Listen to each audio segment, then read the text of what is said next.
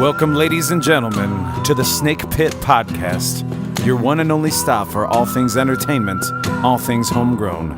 Coming to you out of Toledo, Ohio, I'm your host, Jake Pilewski. You can follow us at jakepilewski.com. That's Pilewski. The Snake Pit. All right, ladies and gentlemen, I'm really excited and pleased to say that I'm here with the inaugural filmmaker of the Snake Pit Podcast. I'm sitting here with Michael E. Cullen II, Toledo-based filmmaker. What's up, Mike? Not much. How are you doing, Jake? I am doing wonderful. Thanks for being here with me. No problem. First and foremost, you got to be really excited because we're about to have your movie premiere shelved at the Maumee Indoor Theater, yeah? Yes. And what are the play times on that and what days? It's going to be December 9th and 10th, both nights at 7 p.m. Wonderful. Yeah. Cool. So you have Cullen Park Productions, yeah? Yes. And how long has that been going?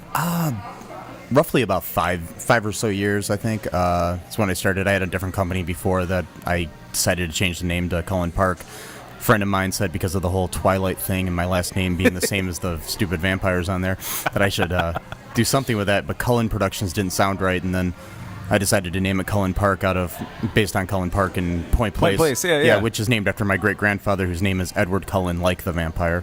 Wow. Yeah. I know somebody who just got really excited over this. And my and my grandfather's name was Emmett Cullen, and yeah. Oh, wow. So yeah, that's so cool. They stole our family. Yeah. And if anybody goes to cullenpark.com and sees my logo, the logo is actually me and my grandpa when I was like 3 or 4 years old. Yeah. Gotcha. So the money that's going into making these films, did it come from a lawsuit that that you made towards Stephanie Meyer for the? No, because I've never been able to figure out how to get in contact with her. I've tried several times because I just want to ask her why she stole my family's name, but. I think she made enough money off those books. She's probably off the grid at this point. Yeah, I mean, if I could get money off of her, that'd be cool. But well, cool. Well, I'm going to give you the treatment that I give to a lot of folks on here. I always do like a first 5 questions. Okay, cool. So here's the first 5. The first 5. Well, all right. So let's start off with, now I could say first movie for you, but let's say the first movie or film that you decided to buy with your own money, no matter how old you were, but when you had your own money, what was the first film that you sought out to buy? Probably Rebel Without a Cause. Yeah. Yeah, I saw it on TV late one night when I was a little kid, and that's actually probably the reason I'm in entertainment at all, because James Dean just blew me away, his performance in that. So very cool. Yeah.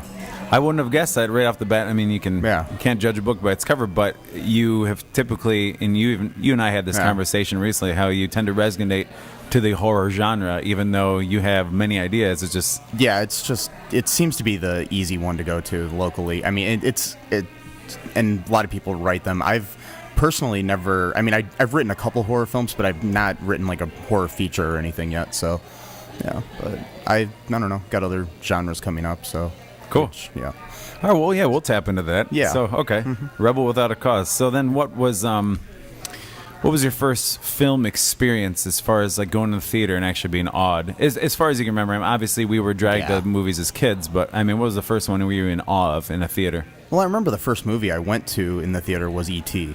Oh, I'm a little older, so yeah. My grandpa actually took me to see that, and I remember seeing that, and I mean, it didn't really awe me because I don't really remember much of that, but probably like I don't know, it's hard to say what the first movie that awed me was, because I mean, it was probably like, I don't know, some big blockbuster movie, which, blew me away, but I'm more into like indie films anyways, though. Well, if I could make a sub question to the question, then what was the first film that really made you pay attention to something more than just as a spectator, but as an artist?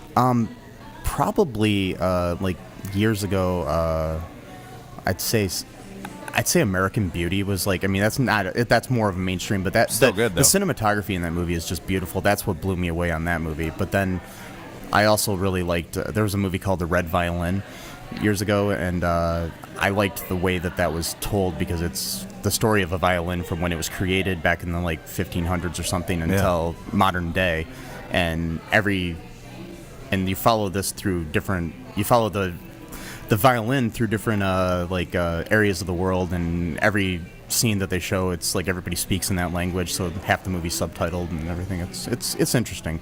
I like that type of weird, type of. I think most of our artists do. I mean, once you've cycled through a lot of the big blockbuster stuff, which are still enjoyable when done right, but you find yourself always seeking out something completely different than what you're used to seeing, because it expands your mind more as an artist too. So and then like when I was in film school, I mean, there was movies by like more I took an experimental film class, and those just really opened my mind. Like movies where people just draw on celluloid and run it through the. And then like there's a movie I saw by this guy Stan Brakhage, which is called Mothlight, which was just he took the moths out of a windowsill and put them between two pieces of film and then ran it through a projector. Interesting. And, it was interesting though. So innovative. Yeah. Cool. So if you could, because I know when it comes to making film, people don't really realize. I mean, general public probably realizes there's a lot that goes into the film. You see, even the cast alone sometimes is enormous. Sometimes it's very minimal, but if you ever, and I will say the Marvel Cinematic Universe has come up with a brilliant way to keep people to sit and watch those credits. When you actually sit and watch those credits, even a movie with no CGI, it's amazing to see how many people go into making a film. Oh, yeah.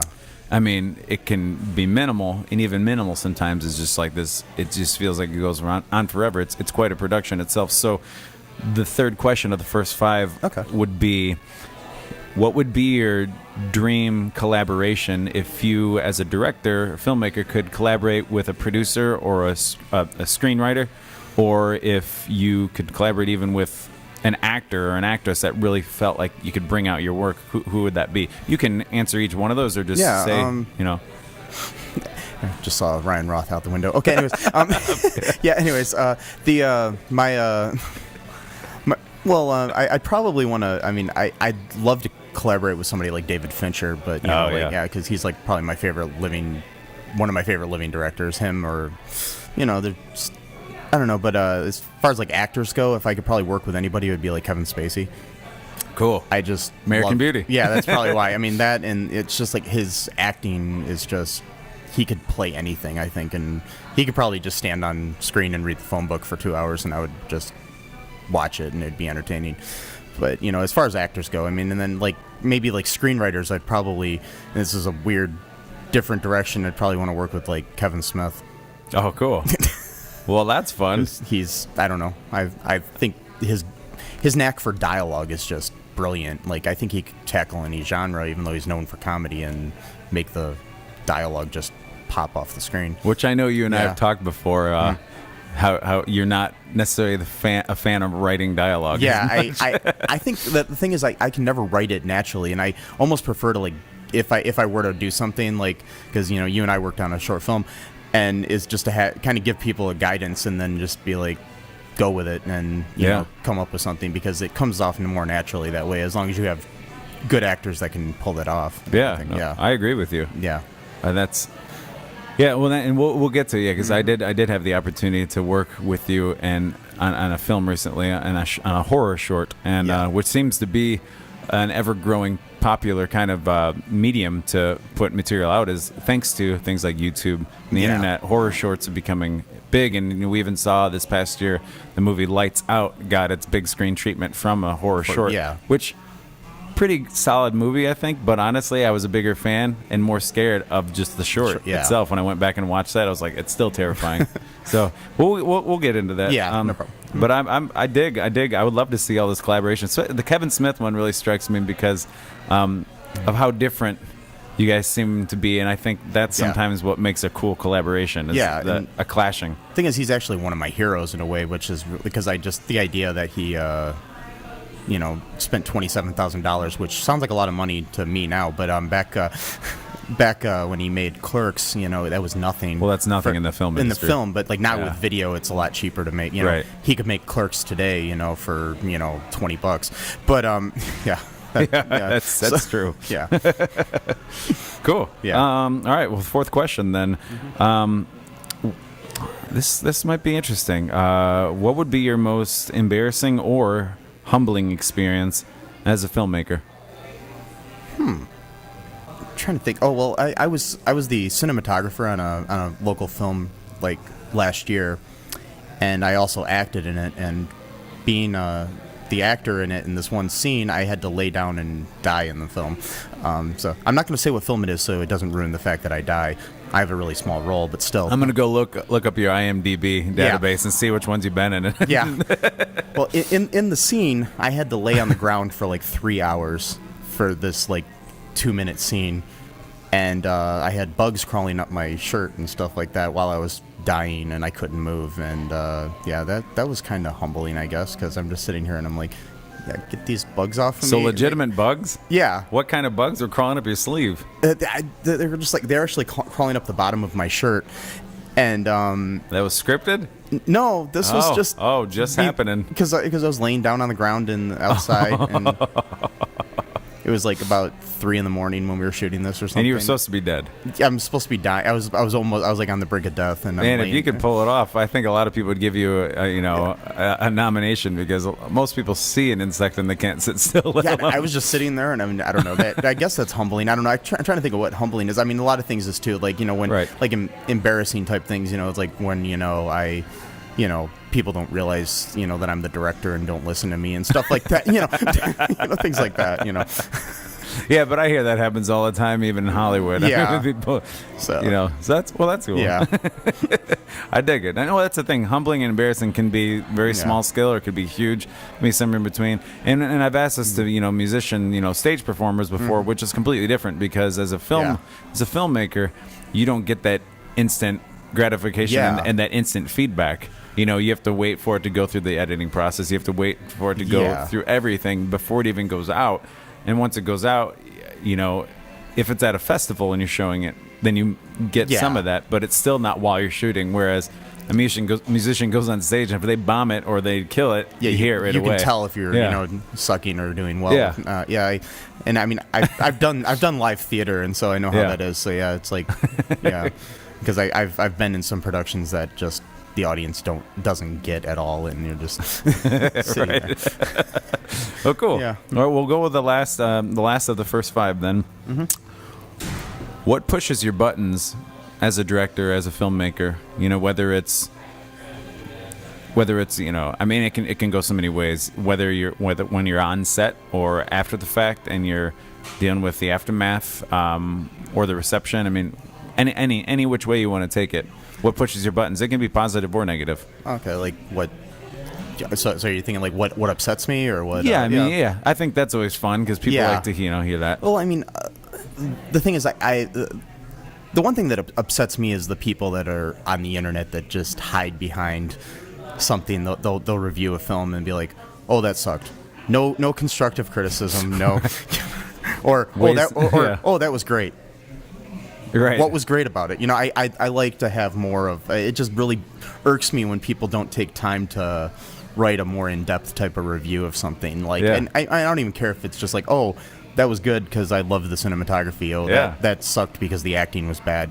Just give me something that tells me why you liked or disliked the movie, not that, oh, I gave it 5 stars, or I gave it 1 star, or whatever. Oh, that doesn't help me at all. Whether you went to school for it or not, I mean, we appreciate a little bit more of an explanation. Yeah.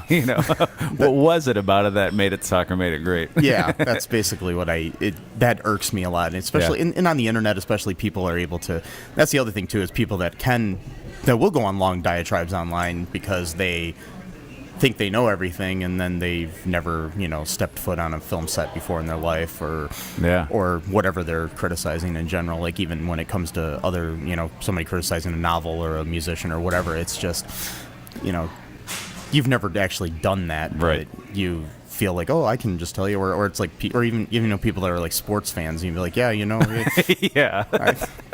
Sometimes that could be the worst. Yeah. Well, and that's fair, because obviously sports and music and movies, they're all a form of entertainment, which affects everybody, which makes everybody an automatic critic. Because we're all entertained by it. And that's with art of any kind, and you can throw sports in there too, because it can't. It's become an art form in a way. And So, I mean, you can, and that's the thing is like, if I'm entertained by something or I'm not entertained by something, obviously, yeah, I have an opinion. Yeah. But how far do I take my opinion before it becomes I'm talking so much to the point that I'm not making any sense because I'm trying to sound like an expert and I only know it as a spectator. Yeah, and I mean, and it's not saying that you can't be an expert on something because there's like film critics that have never made movies, and but they've studied they've done their research, criticism and stuff like that, which I'm fine with that. But the dude living in his mom's basement that just decides, hey, your movie sucks. Yeah, no, that bugs me. Cool. All right. So you said that you've attended film school. Yeah, I went to the University of Toledo Film School years ago, back when it first kind of started. There's only about 20 of us or so in the class at the time. The program's really grown since then, though. I mean, I highly recommend that school. Yeah. Do you feel like it took you to a whole new level learning a lot of the technique, or was it just kind of already adding on what you already knew? It did teach me a lot. I mean, a lot of things have changed since then, like the way the editing's done and everything. Mm-hmm. But the whole theory aspect of it is what I really took away, because you're learning like what other people have done and how to improve on that or steal it, basically. I mean, in a way, not really, but you know what I mean. Well, I mean, it's reverse engineering is essentially what it is. Yeah. Somebody does something really right. I mean, there's nothing wrong with getting a little influence. We all do that as artists. Yes. Or as people in general, I guess I think so too. Yeah, we do. A lot of people do regurgitate what they hear on the TV or whatever. Yeah, so for the better or for the worse. Yeah. Cool. So we have Shelved coming out. It's really neat that they're doing it at Mommy Indoor Theater. That's pretty cool. How did you go about making that happen? Well, that was I mean, I've been involved in some other projects in the past where we premiered there, and I also did some other things. Yeah, I worked on a couple other people's projects, and we had big movie premieres there, and we premiered our last movie, Pie Day, Die Day, there as well. Yeah. It's just a really good venue. I mean, the acoustics in there are awesome. I mean, we did some other venues with other films, and the venues themselves were cool, but they just weren't set up acoustically really well for film, right. I don't think, but I mean, I've done other things like stand-up things there, and I've recorded, did video for them and concerts and other things for local musicians and people like that. Yeah. Nice. Yeah. That's cool. Mm-hmm. I always see they're doing a lot of local stuff there, which is really nice. I mean, it's cool alone, the building itself, to have like that vintage looking theater, but then to see that they're doing all this local. And I remember, because I remember when I was in high school, they hadn't yet remodeled it, and that place, it's so different now than it used to be, too. But yeah, I saw like Rocky Horror Picture Show back in the day there. Yeah. Was that actual like full theme like show with the with the actors in front of it and everything? Yeah, and I went the one time, and my girlfriend at the time didn't bother to tell me that the virgins at the time would have to get on their knees and crawl underneath the actors, and they like paddled you and stuff. And the worst part of it was I wore shorts that night, and I'm crawling on this concrete floor, and I came out with like scuffed up knees and stuff. It was great. I've heard it's quite an experience. I never got to myself. I mean, the movie itself, I think, is an experience. Yeah. And so then you actually go interactive. I think I went to like a Sound of Music one or something like that, where they threw rice and stuff, and I was just like, why are people throwing stuff at me? I didn't really get the concept at the time. So Mommy Indoor Theater, so it's Shelved, and when, and you said it's December 9th and 10th at 7 p.m. Both nights. Yeah. The first night we'll have most of the cast and crew there, and we'll also be doing some live Facebook feeding that night too. I found out with Private Gumdrop, our star of our film. Yeah, he'll be awesome. He and Denny Walker Crum, one of the stars of the film, will be going around interviewing guests and stuff like that. And, I love it. Yeah. So how can we get tickets for it? You can go to brownpapertickets.com. They're on there. But most of the information is going to be on shelvedevilelf.com. You can find everything out on there about that, and if you can't make the premiere, you can find out how to purchase the DVD in the future and stuff like that too. The DVD will be available as soon as the movie premieres. So cool. Yeah. I'm looking forward to it. It's I think when that certain toy line came out, that certain elf, everybody kind of thought it was creepy to begin with anyway. Yeah. So I was like, this is the movie I think that everybody wanted to make, or like wanted to be made.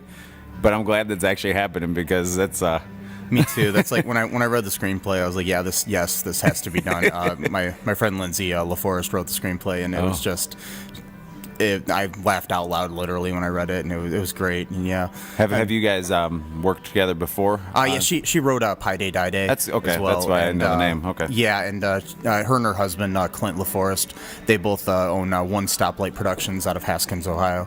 Which that's okay. Yeah, they call it that because like Haskins only has like one stoplight in the town basically, and it's kind of one of those sort of things. Beautiful. I love that. Yeah. It's a beautiful, nice little town. I love Haskins, and it's. That's nice. Cool. I didn't realize that's where that was located. Yeah. Good to know. Well, all right. So she wrote it. You enjoy it. Can you give us a synopsis? A little bit of insight without giving too much away. There's a elf who is part of Santa's special forces named Private Gumdrop, who decides to. Certain things happen. He ends up kind of going rogue in a way. And ends up through fate in the hands of the Montgomery family, and starts terrorizing the little girl in the family, and things start happening. People may or may not end up harmed or worse, and things like that. Yeah, so. I dig it. It's fun to have. It's fun to have a bit of a scare on the holidays. I mean, it's And you said there's a little bit of dark comedy in it too. Yeah, it's really funny actually. Yeah. I mean, I would almost. I mean, like Lindsay calls this and like Pi Day Die Day a slash-omedy, a slasher comedy, but this is more. I mean, this is more funny than Pi Day, I think even. So it was, and Pi Day was pretty funny as well. But this is a really great script. It was hilarious. And we'll go into expecting to laugh and have a good time. I like that. Yeah. And you said Pi Day Die Day, for instance, and that's also available for purchase, right? Yes, it's on DVD. You can go to pidaydieday.com and you can buy it on DVD, or it's for streaming on VHX and on which is the name of the website that's on, and plus also on Amazon.com. You can stream it on there as well. So, cool. Yeah. That's awesome. Well, check that out, ladies and gentlemen. And so is slash-omedy, is that what it is? Slash-omedy, yeah. So is that like a legitimate, or is that something you guys came up with? I'm pretty sure it's something that Lindsay coined, but I'm just waiting for Netflix to have that pop up as a category. As a category. I think it should be a subgenre under horror or something, or under comedy, but could be under both. No, and that's the kind of horror I enjoy more than anything else. I mean, I like the whole psychological, intense horror and stuff. And I mean, you and I worked on a short film that was kind of like more of a psychological sort of, horror in a way. But, but I like more. I don't know. I like that. It's fun, but I like to have fun. I just like But I like comedy a lot, and so that works. So. Well, it was fun being able to work with you. I mean, I did a little bit of acting once upon a time. Always wanted to get more into it. Got more involved with music. But I mean, as you and I have talked, I mean, you get involved in art, and then one blossoms in another kind of form, and it just kind of crosses over. And it's cool that we have so much talent in town to be able to do this kind of stuff. Together and do everything. I mean, there's, because like the next project I'm working on is called Down Along the Road, The Life and Times of Fulton Williams, which is about a musician that disappeared 20 years ago. It's going to be starring Ryan Roth from Ryan Roth and the Sideshow. Yeah, and and I think you're going to make an appearance in it. So it'll be fun. Yeah, and I want to try to showcase a lot of the local musicians and some other musicians throughout the country too. But Toledo has such a great music scene. I love it. I don't know. And I somehow, through Ryan and other people, have become friends with a lot of people that are in the music industry locally. So, yeah. Yeah. And I know you had mentioned that there would be a number of musicians involved. It's a cool project because you said it's based on Ryan Roth's father, correct? Yeah, loosely based on his life. Yeah, because Fulton and Williams County are in Ohio, and that's where the name came from because his dad was born on the border of that or something, I believe. You could ask him more about that at some point. But, yeah, it's really cool, yeah. That's cool. I look forward to being involved in it, and I look forward to being involved in anything you let me know that you want me involved in, because I had a blast just doing our horror short. Oh yeah, that was fun. And you and Dana Marie Juliana she was great in that. Yeah. Is that still available to watch online? It's going to be available for a little longer. I think I'm going to keep it until maybe mid-December up online, and I'm actually going to take it down, and I want to actually re-edit it. Oh, cool. And I'm going to release it hopefully as a special feature on a future DVD or something. That'd be cool. Something like that. You're on such a time crunch. I was on a time crunch with that. The effects aren't as good as I hope they could be, but they're still decent for having to edit it in like a couple days. So one other thing about Shelved too, before I forget, because I think it's kind of cool, is Private Gumdrop, the star of our Shelved. Actually, if you look on Twitter, he has his own Twitter account. Really? Yes, Private Gumdrop, and he shares a lot of nice, interesting memes and things like that. Some like critical of our president-elect, and some. You can't. Not in a bad way. You start doing that on Twitter, though, you're going to get a firestorm. Oh, I know, but no, it's nothing really bad. It's just kind of harmless fun. Yeah. But that, and then there's also like some really interesting ones that we had around Thanksgiving and stuff like that. So yeah, be sure to check that out because it's. He's been having fun. Gumdrop has been having fun doing the. I'm a big Twitter. Fan. Yeah. I'm a big fan. I want Private Gumdrop to be. I want him to have more of a presence in T-Town. Yes, I think he should. He should just start popping up at shows and different things. Just show up. I was just going to say, you never know. Come to Walleye or Mud Hen game or something. Right? Just. I think we should pitch that and have an actual Private Gumdrop night when they do the different theme nights of the games. I think that'd be cool. Everybody come dressed in your favorite, Private Gumdrop outfit. Wait. We'll have the big release on December 9th and 10th, and maybe a year from now to celebrate the 1 year. Yeah, we can have Private Gumdrop night at the Walleye or something. Yeah, that'd be awesome. Yeah, I love it. Well, cool. Before I let you go. Can we get some advice from you? I always, get people on here, ask them to give, some advice, because there's a lot of folks I've come across that they have these beautiful ideas and they just don't know the way to go about doing certain things, or they are doing them, but they're still kind of stuck almost in like a purgatory kind of stage with projects. So what's your advice to any filmmakers or just artists in general? My one thing is, like, I used to do a web series called Already Indie, and our tagline on that was "You are a filmmaker," and emphasis on the R aspect, because a lot of people are like, "Oh, I want to be a filmmaker," or "Oh, I want to be a musician," or "I want to be a painter," or "I want to be whatever." Just do it. And I mean, hijack Nike's slogan, but but basically just go out and do it, and if you're gonna fail, you're gonna learn from the failure too. You're just gonna keep learning as you go. And I think one of the major things I learned, because for years I was doing everything basically by myself, I think reaching out to other people is a way too. Like, find other people with common interests, and or even different interests, that might help you out to, because I've not always liked horror, but I became friends with Lindsay, and she wrote this great horror. I'd done other horror movies with other people too, but it's just very easy to make too. But still, the but find if you're a musician, find other musicians to jam with. Do whatever. It's just, I think, just going out there and finding some kind of connection, just to collaborate. And if you're a filmmaker, find a musician to do your soundtrack. Find if you're a musician, reach out to filmmakers and say, hey, you need any help on your film, or whatever, or somebody wants to paint you, let them paint you. I don't know, Well, just you're right, though. Yeah. Because as soon as I announced I was going to start doing this podcast, it was amazing to me how many people came forth that I hadn't even spoken to before and said, hey, let me get involved in this. And I'm like, this is wonderful. And I appreciate that you're doing this, because it's really cool to shine a light on, local artists and local community members in general. Yeah. Toledo's got a lot going for it, and people just need to see that. Needs to see it, hear it. Any which way is possible. Yeah. That's and sometimes people like a good story to go with it, so that's why it's cool to bring that into the mix and tell a story behind all of it. So, well, thanks for being on here. This is Michael E. Cullen II. Yes, filmmaker. December 9th, December 10th, Maumee Indoor Theater, premiering Shelved, and that's through Cullen Park Productions. And One Stop Light Productions, One Stop, Yeah, you can get the tickets at brownpapertickets.com or at the door.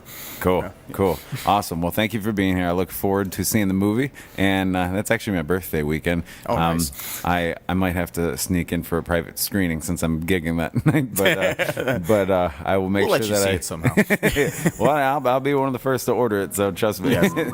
Cool. Well, thanks for being here. This is the Snake Pit Podcast with Michael E. Cullen II, and our inaugural filmmaker. Awesome. So thanks for being the first. Thanks for having me. Thank you. You can follow us at jakepilewski.com. That's Pilewski. The Snake